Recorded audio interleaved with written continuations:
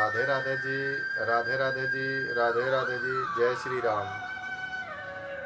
आज हम कल से जो एक नई बात शुरू की है, आखिर क्यों, कि हमारे जो क्वेश्चन होते हैं मन के अंदर आते हैं कि ये क्यों किया जाता है। मेरा देह है कि उन क्वेश्चनों का थोड़ा उत्तर दिया जाए, कि मेरे भी मन के अंदर कई बार कुछ क्वेश्चन आते हैं और कोशिश की जाती है कि वो हिंदू धर्म से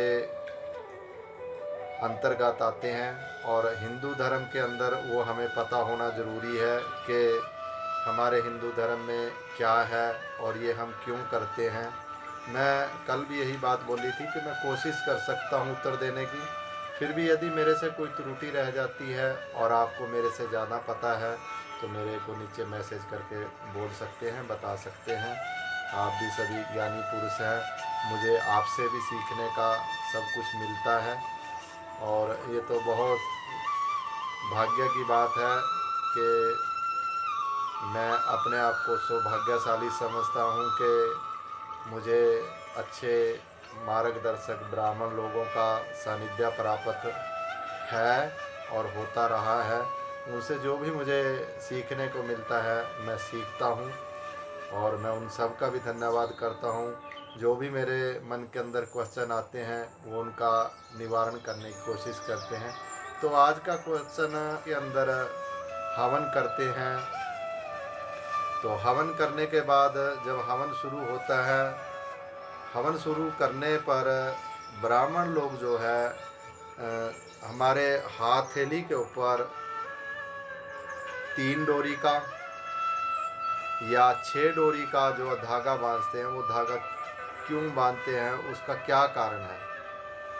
तो आज का सवाल यही है कि वो जो यज्ञ करने से पहले हमारे को धागा बांधा जाता है, उस धागा बांधने का कारण क्या है।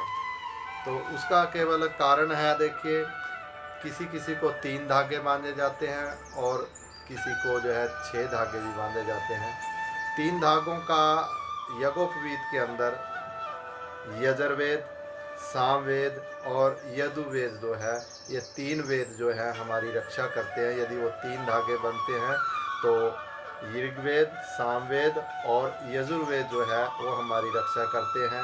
इसी प्रकार से भू, भाव और स्व, ये तीनों लोग जो है को निर्देशित करते हैं वो 3 धागे। और इन 3 धागों को जब हम अपने पर धारण कर लेते हैं तो ये एक शक्ति बन जाती है। वो 3 धागों की वो बनती है शक्ति त्रिदेव। और त्रिदेव के अंतर्गत 3 हमारे जो है आते हैं, ब्रह्मा जी, विष्णु जी और महेश जी। तो जब ये 3 धागे बन जाते हैं तो हमारे ब्रह्मा जी, विष्णु जी और महेश जी हमारे से खुश हो जाते हैं। उसी प्रकार यज्ञोपवीत के अंदर ब्राह्मण, क्षत्रिय और वैश्य, इन तीनों को ये प्रसारित करते हैं। और इसी के अंतर्गत जो हमारे अंदर सत्व होता है, रज होता है और तम होता है, इन तीनों गुणों को जो है वो हमारे अंदर वृद्धि करता है।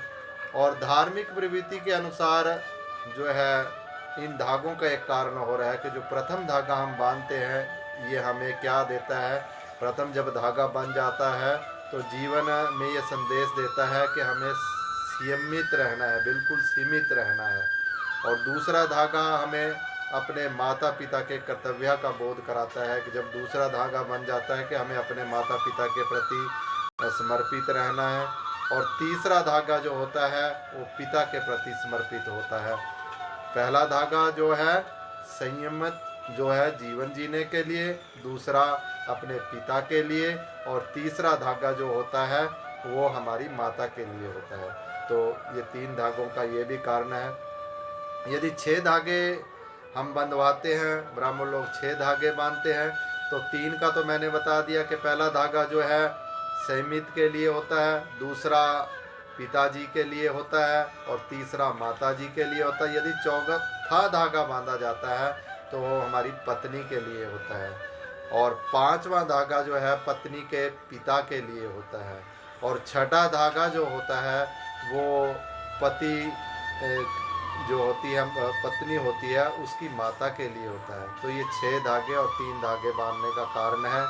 और इसे जो है जब भी हम हवन करते हैं उससे पहले बांधा जाता है, या कई बार जो है हम कहीं भी अच्छा अनुष्ठान कराने जाएं या हवन में जाते हैं, कोई अनुष्ठान करने लगते हैं, तो उससे पहले धागा जरूर बांधा जाता है। यही 3 धागे बांधने का कारण है। और ये आपको अच्छी प्रकार से पता लग गया होगा कि धागा क्यों बांधते हैं और इसका क्या कारण है। तो एक नए क्यों के साथ कल फिर उपस्थित होऊंगा। तब तक के लिए राधे राधे, राधे राधे, राधे राधे।